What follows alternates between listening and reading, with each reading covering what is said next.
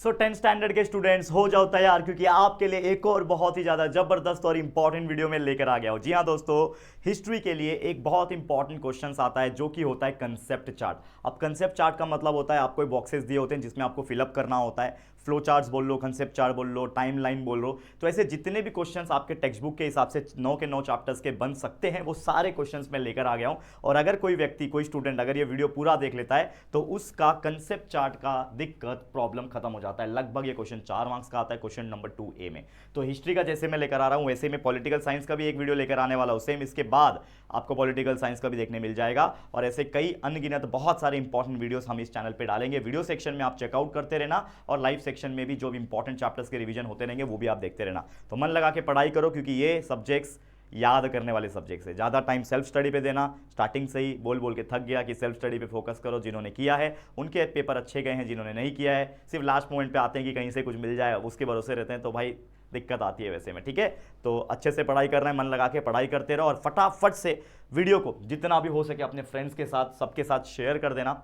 और एक रिक्वेस्ट ये है कि हमारा एक चैनल है JR कॉलेज नाम से। अभी आप 10th स्टैंडर्ड के बाद 11th स्टैंडर्ड में चले जाओगे, आप साइंस लोगे, कॉमर्स लोगे, आर्ट्स लोगे, तो हमने एक सेपरेट चैनल बनाया है जिसका नाम है दोस्तों JR कॉलेज। ये जो चैनल आपको दिख रहा है ना, ये चैनल एक ऐसा चैनल है जिसपे हम 11वीं और 12वीं साइंस कॉमर्स पढ़ा चुके हैं और इस साल तो आर्ट्स भी ऐड करने वाले हैं। तो अभी से अगर आप सब्सक्राइब करके रखोगे तो हमें भी मोटिवेशन आएगा कि हमारे सभी 10वीं के बच्चे 11वीं में इस चैनल पे आ रहे हैं, तो हम स्टार्टिंग से ही आपके लिए मेहनत करेंगे इस चैनल पे। तो प्लीज़ सभी लोग को रिक्वेस्ट कर रहा हूँ, यूट्यूब पे डायरेक्टली सर्च करना JR कॉलेज, अभी के अभी सर्च करो JR कॉलेज और सब्सक्राइब अभी से कर लो। ज़्यादा नहीं दोस्तों, 3-4 सेकंड का टाइम जाएगा सब्सक्राइब करने में, आप मेरे लिए कर लेना। ठीक है बच्चा, तो चलिए वीडियो की आज की शुरुआत करते हैं। बाकी हमारे इंस्टाग्राम पे मुझसे जुड़ सकते हो, बहुत फायदा होगा आपको इंस्टाग्राम पे जुड़ के, हम ढेर सारी बातें किया करेंगे। तो टेलीग्राम ज्वाइन कर लेना और सबसे इंपॉर्टेंट इंस्टाग्राम हमसे जुड़ जाना। ठीक है, और हमारे जितने वीडियोस हम बनाएंगे उसको देखते रहना। तो लेट्स गेट स्टार्टेड, एक एक करके स्टार्ट करेंगे क्वेश्चन को। सबसे पहला क्वेश्चन ये रहा स्क्रीन के ऊपर, ऐसा कुछ क्वेश्चन आता है, कंप्लीट द कंसेप्ट चार्ट। अब ये क्वेश्चन अगर आप देखोगे बहुत ईजी होता है वैसे क्वेश्चन, बस याद करने की डिपेंड के ऊपर है कि आप किस तरीके से याद करते हो। जिसका मेमोरी पावर अच्छा है, जो याद करने में अच्छा है ना, वो आराम से अच्छे मार्क्स निकालेगा। जैसे क्वेश्चन क्या पूछा है, libraries in India and cities, मतलब कौन से लाइब्रेरीज है, तो सिटीज आपको दिया हुआ है, जैसे कोलकाता है, दिल्ली है, हैदराबाद है, मुंबई है, और इसमें आपको लाइब्रेरीज के नाम बताना है कि कौन कौन से लाइब्रेरी किस सिटी में आते हैं। तो याद रखो, कोलकाता में है नेशनल लाइब्रेरी, याद रखना कोलकाता में क्या है, नेशनल लाइब्रेरी है। दिल्ली में है Nehru memorial museum and library, Delhi में क्या है, Nehru memorial museum and library Delhi में है। इसके अलावा हैदराबाद में स्टेट सेंट्रल लाइब्रेरी है। ये सब चीज़ आप बाय हार्ट करो। अगेन मैं बोल रहा हूँ, ये वीडियो पूरा देखोगे, जब ये मैं पढ़ा रहा हूँ वीडियो को पॉज करो, याद करो, या फिर नोटबुक में नोट डाउन कर सकते हो, तो स्क्रीनशॉट भी ले सकते हो थोड़ा टाइम के बाद पढ़ने के लिए। लेकिन ये वीडियो पूरा देखना, तभी आपको समझ में भी आ जाएगा और ये वीडियो भी आपको देख के आपको सारे इंपॉर्टेंट क्वेश्चन भी मिल जाएंगे। अब मुंबई जो है, मुंबई में क्या है, library of Asiatic society and David session library. ये सभी चीज़ इंपॉर्टेंट है, इसको अच्छे से याद कर लेना। इसके अलावा एक क्वेश्चन पूछा था कि aspects of Indian history portrait through the serial एक भारत एक खोज। आपको पता है एक सीरियल है भारत एक खोज, mass media and history chapter में आपने देखा होगा कि बहुत सारे सीरियल्स को निकाले गए, जैसे एपिक, महाभारत, रामायण वगैरह भी इसके सीरियल्स भी आए थे, आपने लॉकडाउन में भी देखा होगा। लेकिन ये जो सीरियल था भारत एक खोज, इसमें क्या क्या बताया था, तो इसमें बताया था टर्क अफगान इन्वेड्स के बारे में, कैसे हमारे भारत देश के ऊपर, ठीक है ना, कैसे तुर्क से आए हुए लोग, ठीक है ना, अफगान से आए हुए लोग, कैसे बाहर के देश के आए हुए लोग हमारे देश पे उन्होंने कब्जा किया था। आपको पता है ना, मुगल्स वगैरह का भी हिस्ट्री, वो सारी चीज़ यहाँ पे सीरियल के हिसाब से बताई गई थी। फिर interpretation of Ramayana and Mahabharata, यानी रामायण और महाभारत की स्टोरीज भी बताई गई थी। फिर हड़प्पन सिविलाइजेशन के बारे में कि कैसे सबसे पहला civilisation, one of the earliest civilisation जो हमारे पूरे भारत इतिहास में या फिर हिंदुस्तान के इतिहास में होगा, जो कि होगा हड़प्पन सिविलाइजेशन।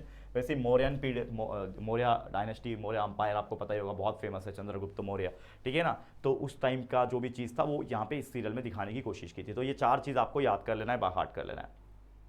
नेक्स्ट ये क्वेश्चन आया था हिल स्टेशन इन महाराष्ट्र। यार जो बच्चे महाराष्ट्र के हैं ऑब्वियसली 90% महाराष्ट्र के ही होंगे।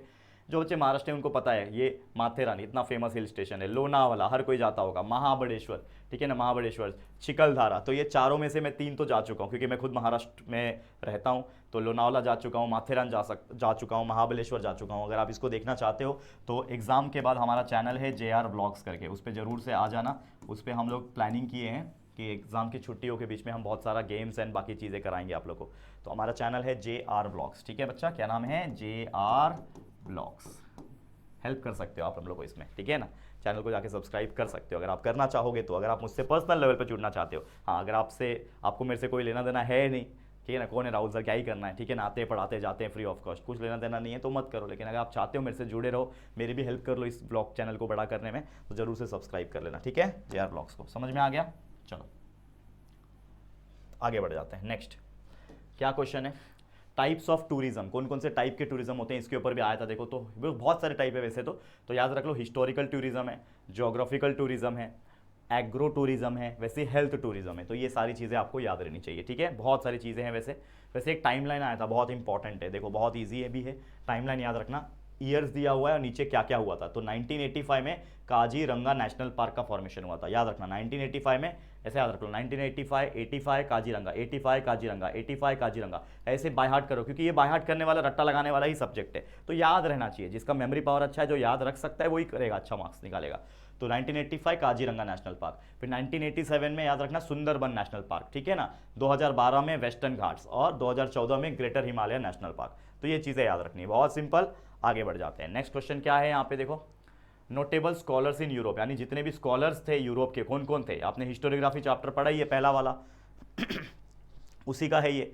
तो क्या बोल रहा है, नोटेबल स्कॉलर कौन कौन से थे, जॉर्ज विल्हेम फ्रेडरिच हिगल ये थे, माइकल फॉकाउल्ट थी, फिर कार्ल मार्क्स और रीनी दस्काटी। तो ये चार नाम तो बिल्कुल याद रखना है अगर नोटेबल स्कॉलर यूरोप का पूछा जाएगा तो, ठीक है ना, चैप्टर नंबर 1 का है, ठीक है। आगे बढ़ेंगे, ये क्वेश्चन पूछा था चैप्टर नंबर 1 से ही। देखो अभी चैप्टर वाइज बताऊंगा, जितने भी चैप्टर्स है उसके हिसाब से बताऊंगा, सब लोग को ध्यान से सुनना है, कौन कौन से बुक्स है और किसने लिखा हुआ है। तो द हिस्ट्री याद रखो सब लोग, द हिस्ट्री करके बुक है, इसको हीरोडोटस ने लिखा था।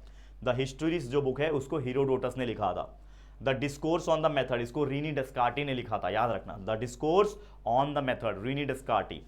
दास कैपिटल, ये तो वर्ल्ड फेमस है भाई, कार्ल मार्क्स, ठीक है ना, दास कैपिटल आ गया, कार्ल मार्क्स लिख देना, writer Karl Marx. Archaeology of knowledge, ये वाला बुक किसने लिखा था, माइकल फॉकाल्ट ने लिखा था। तो ये चारों चीज याद रख लेना, ऐसे क्वेश्चंस घुमा फिरा के किधर भी पूछ सकते हैं, ऐसा जरूरी नहीं है कि ये ऐसे ही आएगा, कहीं पे भी पूछ सकता है आपको, एमसीक्यूज वगैरह में भी पूछ सकता है, ऑड में आउट तो नहीं होता आपको, लेकिन ऐसे रिलेशन वाले क्वेश्चन आते हैं उसमें भी पूछ सकता है, ठीक है ना। तो याद रखना ऐसे क्वेश्चंस, बहुत बेहतरीन तरीके से मैंने आपके लिए रिसर्च किया हुआ है और पढ़ाया हुआ है। चलो आगे बढ़ जाते हैं। नेक्स्ट क्या क्वेश्चन है यहाँ पे, complete the following table and chart, जो भी दिख रहा है आपको। तो यहाँ पे आप दिख रहा है पर्सनालिटीज के नाम दिए, यानी कुछ इंसानों के नाम है और उनका क्या स्पेशल फीचर्स था उसके बारे में। तो देखो वोल्टायर था, तो वोल्टायर ने लिखा था, तो ये वोल्टायर कौन थे, the founder of modern historiography थे। वोल्टायर कौन थे, the founder of modern historiography, याद कर लो, अभी से याद कर लो, वोल्टायर कौन, फाउंडर ऑफ मॉडर्न हिस्टोरियोग्राफी। उसके बाद साइमन डी बिहेवियर, ठीक है ना, तो साइमन डी बिहेवियर कौन थे, द फंडामेंटल्स ऑफ फेमिनिज्म लिखा था उसने, ठीक है ना, फीमेल के बारे में। Michael Foucault, archaeology of knowledge, Karl Marx, class theory, Das Kapital, class theory, ये सब चीज़ कार्ल मार्क्स से रिलेटेड है। तो इसको भी याद कर लो कि कौन सी पर्सनालिटी के क्या फीचर्स थे, क्या बुक लिखा था, क्या उनके विशेषताएं थी, सब मैंने बता दिया यहाँ पे। नेक्स्ट चैप्टर 2 का यहाँ से शुरू हो रहा है, तो हिस्टोरियोग्राफी इंडियन ट्रेडिशन वाला। इसमें देखो जेम्स मिल जो थे, तो हिस्ट्री ऑफ ब्रिटिश इंडिया, देखो जेम्स मिल क्या थे, हिस्ट्री ऑफ ब्रिटिश इंडिया इन्होंने लिखा था। फिर ग्रांट डफ, हिस्ट्री ऑफ मराठास, ठीक है। फिर Mount Stuart Elphinstone, the history of India. फिर S.A. Dange, primitive communism to slavery. फिर doctor Baba Saheb Ambedkar, who were the Shudras. तो ये पर्सनालिटीज थे, इन्होंने ये वाला बुक लिखा था, तो इसको याद कर लो। ये ऐसे क्वेश्चंस बहुत बार बनते हैं, खासकर ये कंसेप्ट चार्ट और ये वाले टाइप के क्वेश्चंस के अंदर, ठीक है बच्चा, याद रहेगा, बहुत ईजी है यार, इससे सिंपल तो मुझे नहीं लगता कि कुछ होता होगा, लेकिन इसको आप याद करो अगेन। और सारे रिकॉर्डेड वीडियोस देखना हमारे, और प्लस जो चैप्टर्स के भी 1 शॉट वीडियोस है, अगर आप चैप्टर्स अच्छे से समझना चाहते हो तो आप हमारे प्लेलिस्ट में जा सकते हो। हिस्ट्री के, ज्योग्राफी के, पॉलिटिकल साइंस के, हर एक के चैप्टर्स हमने डिटेल में पढ़ा रखे हैं और उसके 1 शॉट वीडियोस भी प्रेजेंट है, उड़ान बैच के वीडियोस भी प्रेजेंट है। आप सभी के अच्छे से वीडियोस देखो और सारे कंसेप्ट को भी क्लियर करके ले लो।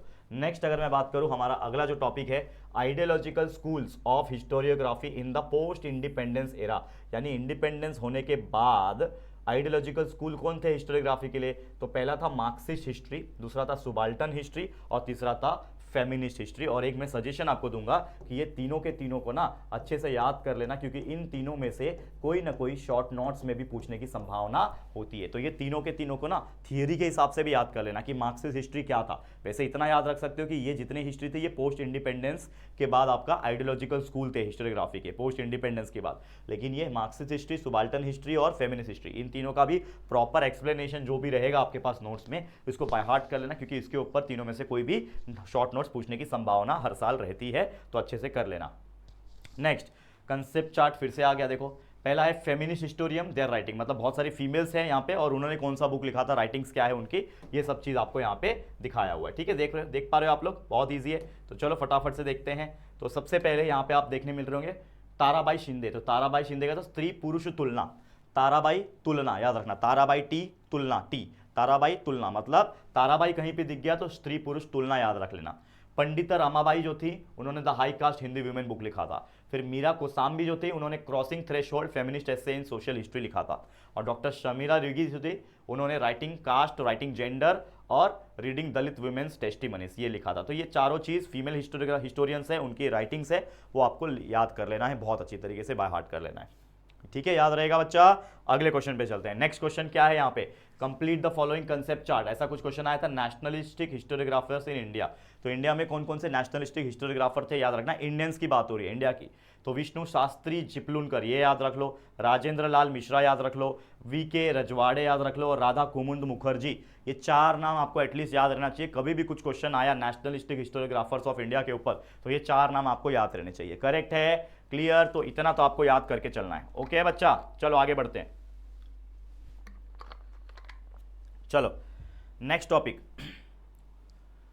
टॉपिक तीसरा चैप्टर से शुरू हो रहा है, यहां से complete the concept map. Cultural heritage आता है, आपको पता है ना, कल्चरल हेरिटेज में टेंजिबल इंटेंजिबल होता है। टेंजिबल मतलब जो छू सकते हैं हम लोग, फिजिकल होता है। इंटेंजिबल बोला हुआ चीज, ठीक है, तो याद रखना। टेंजिबल मतलब आर्टिफैक्ट्स, आर्टिफैक्ट्स मतलब क्या होता है, जमीन खोद के कुछ निकालते हैं तो कुछ पुरानी चीज मिलती है तो उसको आर्टिफैक्ट्स बोलते हैं। कोई बिल्डिंग पुरानी हो सकती है, कोई मूर्ति हो सकती है जिसको स्कल्पचर्स कहा जाता है, कोई एंशिएंट साइट हो सकता है, कोई किला हो सकता है, मैन्युस्क्रिप्ट हो सकती है, कोई चीज़ लिखी हुई चीज़ हो सकती है, और कोई तस्वीर कोई बनाई होगी, पेंटिंग होगी, किला में बहुत सारे इमेजेस बनाए होंगे। ये सारा चीज़ क्या है, टेंजिबल कल्चरल हेरिटेज है। क्या है, टेंजिबल कल्चरल मतलब, टेंजिबल कल्चरल मतलब लिखी जाने वाली, देखी जाने वाली फिजिकल चीजें। और एक होता है इनटेंजिबल कल्चरल हेरिटेज, वो होता है मुंह से बोली जाने वाली चीज, जैसे कि ओरल ट्रेडिशन, कुछ आप मुंह से बता रहे हो, लैंग्वेजेस हो गया, ये सब क्या है, इनटेंजिबल कल्चरल हेरिटेज है। ट्रेडिशनल स्किल्स हो गया, इसके अलावा स्टाइल ऑफ परफॉर्मिंग आर्ट्स, आप डांस करके दिखा रहे हो, सोशल कस्टम, रिचुअल्स है, सेलिब्रेट करने का, फेस्टिवल कैसे पुराने जमाने से सेलिब्रेट होता आ रहा है, ये चीज हो गया। ट्रेडिशनल नॉलेज हो गया, ये सारा चीज इनटेंजिबल कल्चरल इसमें आ जाता है, ठीक है ना, हेरिटेज में आ जाता है। ठीक है, याद रहेगा। तो ये था आपका एक बहुत इंपॉर्टेंट क्वेश्चन। नेक्स्ट अगर बात करूं कंसेप्ट मैप ह्यूमैनिटीज के बारे में, तो ह्यूमैनिटीज में आर्कियोलॉजी आ जाता है, सोशियोलॉजी आ जाता है, एंथ्रोपोलॉजी आता है, हिस्ट्री आ जाता है। तो ह्यूमैनिटीज का कुछ क्वेश्चन आया तो ये चार वर्ड याद रख लो, बस इसको याद कर लो, बाय हार्ट कर लो। ठीक है, next world natural heritage site of India, मतलब इंडिया में वर्ल्ड हेरिटेज साइट कौन से, तो आपको पता है बहुत सारे हैं। One of the Nanda Devi and valley of flowers, Sundarban national park in West Bengal, Keoladeo national park और मानस वाइल्ड लाइफ सेंचुरी, ये चारों चीज याद रख लेना। कभी भी world natural heritage site of India की अगर बात होती है तो इसको याद रख लो, बहुत सिंपल है, बहुत अच्छी तरीके से मैंने बता दिया। नेक्स्ट बात कर लेते हैं वर्ल्ड हेरिटेज साइट इन महाराष्ट्र, यानी हमारे महाराष्ट्र में कौन कौन से वर्ल्ड हेरिटेज साइट है, तो बहुत सारे हैं। अजंता केव्स, एलोरा केव्स, ठीक है, एलिफेंटा केव्स, याद रख लो, बहुत सारी चीजें हैं, ठीक है ना। फिर छत्रपति शिवाजी महाराज रेलवे टर्मिनस, जिसको हम लोग CSMT भी बोलते हैं ना, पता है ना, छत्रपति शिवाजी महाराज रेलवे टर्मिनस मुंबई में है, जहाँ से हर जगह के लिए ट्रेन मिल जाती है। तो जो रेलवे स्टेशन है वो भी बहुत अच्छी तरीके से बनाया है और उसका बिल्डिंग इतना खूबसूरत है, इसके लिए इसको यूनेस्को द्वारा वर्ल्ड हेरिटेज साइट में शामिल किया गया है महाराष्ट्र के अंदर, पूरे वर्ल्ड के अंदर।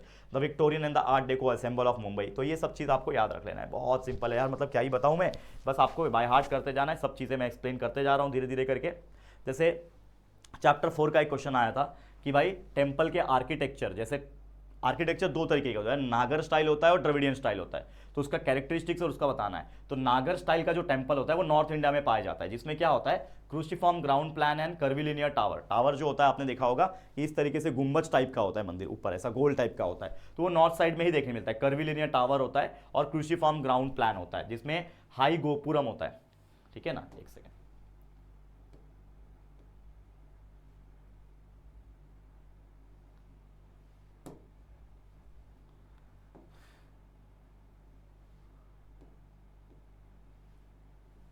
चलो जाने दो, ठीक है ना। क्या होता है हाई गोपुरम, गोपुरम मतलब समझता है, गोपुरम का मतलब क्या होता है, ये डिलीट हो रहा है क्या,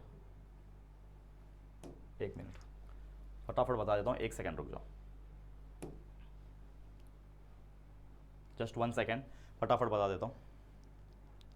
गोपुरम का मतलब क्या होता है, जैसे आपने देखा होगा कि जो नागर स्टाइल हो या फिर जो भी चीज़ें होती है ना, वो नॉर्थ साइड में आपने मंदिर देखा होगा ऐसे होते हैं, और जो साउथ में होती है ना वो पिलर्स फॉर्म में होते हैं, बहुत ऊंची ऊंची। आपने देखा होगा कि तिरुवनंतपुरम में ऐसे बहुत सारे मंदिर होते हैं, वहाँ पे भी आपने देखा होगा।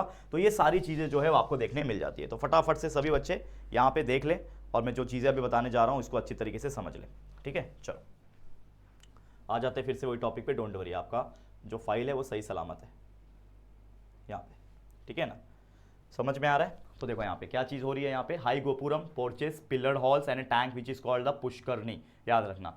और एक और होता है, तीन टाइप के होते हैं, नागर स्टाइल हो गया, द्रविड़ स्टाइल हो गया। अब द्रविड़ स्टाइल में क्या होता है, जैसे मेरा साउथ टेम्पल्स में ऐसा होता है, पिलर्स होते हैं, हाई गोपुरम होता है। नागर में क्या होता है, क्रूसीफॉर्म होता है। और वही हेमतपंथी में क्या होता है कि जो वॉल्स होते हैं ना, ये टेनन और मोर्टाइज टेक्निक से बनाया गया है, मोटार का यूज करके, स्टार शेप होता है, ठीक है ना। एग्जाम्पल क्या है, नागर स्टाइल का एग्जाम्पल याद रख लो, जो नॉर्थ में होता है Konark sun temple, Dilwara Jain temple. लेकिन द्रविड़ स्टाइल जो साउथ में होता है वो Madurai temple, Meenakshi temple, Rajapuram, gopuram of Srirangam, ठीक है ना। उसके बाद हेमतपंथी हमारे इसमें महाराष्ट्र में गोंदेश्वर टेम्पल है, अम्बरेश्वर टेम्पल है। तो ये सब चीज़ें आपको याद रख लेनी है, बहुत सिंपल है।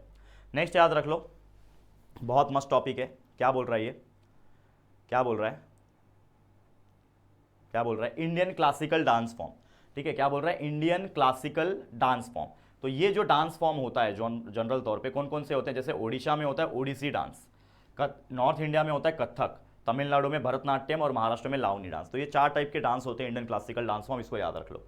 नेक्स्ट अगर बात करूँ, चैप्टर 5 यहाँ से शुरू होता है। इसमें हिस्ट्री के बहुत सारे कंसेप्ट मैप पूछे हैं, तो हिस्ट्री का एडिटोरियल भी हो सकता है, आर्टिकल्स भी हो सकता है, हिस्ट्री का मतलब लिखा हुआ हिस्ट्री भी हो सकता है, रिव्यूज हो सकता है, हिस्ट्री का न्यूज़, हिस्ट्री का कॉलम्स, ये सारी चीज़ें हैं, याद कर लो, बहुत सिंपल है, रट्टा मारने वाली चीज़ है। अगेन ये बहुत इंपॉर्टेंट है, इंडियन टेलीविजन का टाइमलाइन यहाँ पे दिया हुआ है। जैसे याद रख लो कि 1959 में दिल्ली का दूरदर्शन सेंटर को इनॉग्रेट किया गया था, मतलब पहली बार जो ओपनिंग हुई थी वो दिल्ली दूरदर्शन सेंटर की। पहले आपको पता है ना, DD1 करके दूरदर्शन करके एक चैनल आता था, अभी है कि नहीं पता नहीं, लेकिन आता था, उस पर बहुत सारे सीरियल्स आते थे, शक्तिमान भी उस पर ही आता था, हम लोग बचपन में देखते थे। तो याद रखना 1959 में आया। फिर 1972 में आया दूरदर्शन का मुंबई वाला सेंटर, ठीक है ना, जो अपने प्रोग्राम्स को टेलीकास्ट करना शुरू किया। फिर 1982 में आया कलर टेलीविजन, पहली बार। उसके पहले सोचो लोग ब्लैक एंड व्हाइट चीज़ें देखते थे, अब 1982 में कलर टेलीविजन आ गया। अब तो हर बच्चों को कॉमन पता है कि कलर टेलीविजन क्या होता है। मैंने भी बचपन में कलर टेलीविजन, मतलब चौथी पाँचवीं में था ना, तब तक हमारे घर में ना ये था, ब्लैक एंड व्हाइट टीवी था, उसके बाद कलर टेलीविजन आया। 1991 में इंडियन गवर्नमेंट ने परमिशन ग्रांट किया ताकि बाहर के भी चैनल्स आ सकते हैं, नेशनल इंटरनेशनल चैनल्स भी अपने प्रोग्राम्स को चला सकते हैं, ऐसा परमिशन दिया 1991 में। तो ये कुछ चीज़ें हैं जो आपको याद रखनी है, बहुत बेहतरीन और सुंदर चीज़ें हैं, आराम से आप कर सकते हो, कोई दिक्कत की बात नहीं है। Next, complete the following table chart. अब देखो टेबल चार्ट दिया है, इसमें बैकग्राउंड है, फंक्शन है, किसका, रेडियो के बारे में और टेलीविजन के बारे में, दोनों चीज़ के बारे में दिया है। चलो फटाफट पढ़ते हैं। तो सबसे पहले बैकग्राउंड क्या है रेडियो का, तो रेडियो का सबसे पहले नाम था इंडियन ब्रॉडकास्टिंग कंपनी, IBC नाम था, याद रखना, ठीक है ना। तो इंडियन ब्रॉडकास्टिंग कंपनी जो फर्स्ट कंपनी थी जो क्या करती थी, डेली प्रोग्राम चलाती थी। बाद में IBC का नाम चेंज करके ISBS कर दिया, और उसके बाद नाम चेंज के AIR कर दिया, that is all India radio. आज के डेट में AIR बोलते हैं ना, एयर नहीं, हवा नहीं, AIR मतलब ऑल इंडिया रैंक भी नहीं है, और टॉपर्स लोग को AIR बोलते हैं, ऑल इंडिया रैंक, वो अलग चीज़ है। लेकिन रेडियो में AIR का मतलब होता है ऑल इंडिया रेडियो। अभी रेडियो वैसे भी लोग कम सुनते हैं, लेकिन फिर भी चलता है, ऐसा नहीं कि नहीं चलता है, ठीक है ना। वैसे टेलीविजन का बैकग्राउंड क्या है, तो टेलीविजन का बैकग्राउंड है कि दिल्ली दूरदर्शन सेंटर को इनॉग्रेट किया था डॉक्टर राजेंद्र प्रसाद, जो कि सबसे पहले प्रेसिडेंट थे, ठीक है ना। फिर 15 अगस्त 1982 में कलर टेलीविजन को इंट्रोड्यूस किया था इंडिया में, ये उसका स्टोरी है, बैकग्राउंड स्टोरी है। फंक्शन क्या है कि रेडियो जो है वो गवर्नमेंट के प्रोग्राम्स को ब्रॉडकास्ट करता था, बहुत सारे स्कीम्स, एंटरटेनमेंट और अवेयरनेस, जो भी गवर्नमेंट के प्रोग्राम्स होते थे, गवर्नमेंट की कुछ जानकारी होती थी, वो रेडियो से आती है। आज के डेट में क्या होता है, टेलीविजन से आती है ना, लेकिन उस टाइम पे रेडियो से आती थी। वैसे टेलीविजन का क्या फंक्शन है कि ये क्या करता था कि रेडियो सिर्फ सुन सकता था इंसान, लेकिन टेलीविजन आने के बाद क्या हुआ कि लोग उसको देख भी पा रहे थे, सुन भी पा रहे थे। यानी रेडियो एंड न्यूज़पेपर जो थे ऑडियो विजुअल आने के बाद, यानी टीवी क्या है, audio visual, AV quality, AV यानी ऑडियो वीडियो दोनों चीज़। जैसे आप मुझे देख पा रहे हो तो मेरी आवाज़ भी सुन पा रहे हो, मुझे भी देख पा रहे हो, क्या चल रहा है वो भी देख पा रहे हो, तो ऑडियो विजुअल हो गया। तो ऑडियो विजुअल कोई भी इवेंट का देख पा रहे थे, इससे entertainment, knowledge, news, current relations और बाकी चीज़ें, एंटरटेनमेंट, ठीक है ना, क्रिकेट चलता था तो देख पाते थे, वो सारी चीज़ें पॉसिबल हो पाई टेलीविजन से। समझ में आया, तो ये चीज़ें आपको बाय हार्ट करके रख लेनी है। नेक्स्ट आता है एक बहुत इंपॉर्टेंट टाइमलाइन कि 15 सितंबर 1959 में पब्लिक ब्रॉडकास्टर दूरदर्शन स्टार्ट हुआ, याद रखना, दूरदर्शन चैनल 1959 15 सितंबर को स्टार्ट हुआ, ये डेट याद रख लो सब लोग। फिर 1 मई 1972 को मुंबई दूरदर्शन स्टार्ट हुआ। फिर 15 अगस्त 1982 को कलर टेलीविजन इंट्रोड्यूस हुआ इंडिया में, और 1991 में चैनल्स को प्राइवेट कर दिया गया, और बाकी चैनल्स को भी बोला आप आके अपना चैनल को ये कर सकते हो, मतलब प्रोग्राम्स चला सकते हो। नेक्स्ट क्वेश्चन है different popular forms of folk theatre, ठीक है ना, यहाँ पे चैप्टर नंबर 6 शुरू हो रहा है हमारा। तो अलग अलग टाइप के फोल्क थिएटर होते हैं हमारे महाराष्ट्र के, तो कौन कौन से होते हैं, जैसे ललित, पता ही है आपको, फिर पपेट्री होता है, कठपुतली, ठीक है ना, पता है कि नहीं पता है, दशावतार थिएटर, भजन है, कीर्तन है, पाउडा है, तमाशा है, ये सारा कुछ चीज चैप्टर नंबर 6 में हमने डिटेल में पढ़ा रखा है, आप जाके पढ़ सकते हो, ठीक है। नेक्स्ट यहाँ पे कि संत हु पॉपुलराइज भजन, तो कौन से ऐसे संत थे जिन्होंने भजन को पॉपुलराइज किया, पता ही है, वैसे कितने सारे संत थे, है कि नहीं, कौन कौन से संत थे, गुजरात के मीराबाई, नॉर्थ इंडिया के तुलसीदास सूरदास, कर्नाटका के बासावना और महाराष्ट्र के संत नामदेव, बहुत फेमस है यार ये सब, ठीक है। तो नाम याद रख लो कि कौन कौन से रीजन में कौन कौन से संत थे जिन्होंने भजन को फेमस किया था, पॉपुलर किया था, याद रखना, घूम घूम के वो भजन करते थे जाके। नेक्स्ट चैप्टर नंबर 7, अगेन बहुत इजी चैप्टर, गेम्स वाला, स्पोर्ट्स एंड हिस्ट्री वाला चैप्टर। तो इंडोर गेम्स पूछा है, तो कौन कौन से इंडोर गेम होते हैं, लूडो, बिजनेस गेम, कुछ भी लिख सकते हो, चेस हो गया, कैरम बोर्ड हो गया, कार्ड गेम्स हो गया, आप कुछ भी लिख सकते हो, कोई दिक्कत नहीं है। फिर आपको पूछा है कि इंटरनेशनल स्पोर्ट्स कॉम्पिटिशन कौन कौन से होते हैं, तो पैरालंपिक्स होता है, जिसमें जो थोड़े हैंडीकैप टाइप के लोग होते हैं ना वो ओलंपिक्स खेलते हैं, पता है, पैरालंपिक्स। उसके बाद ओलंपिक्स भी आप लिख सकते हो। फिर क्रिकेट वर्ल्ड कप होता है, जो अभी अभी T20 वर्ल्ड कप हुआ, इंडिया जीत गया, है कि नहीं।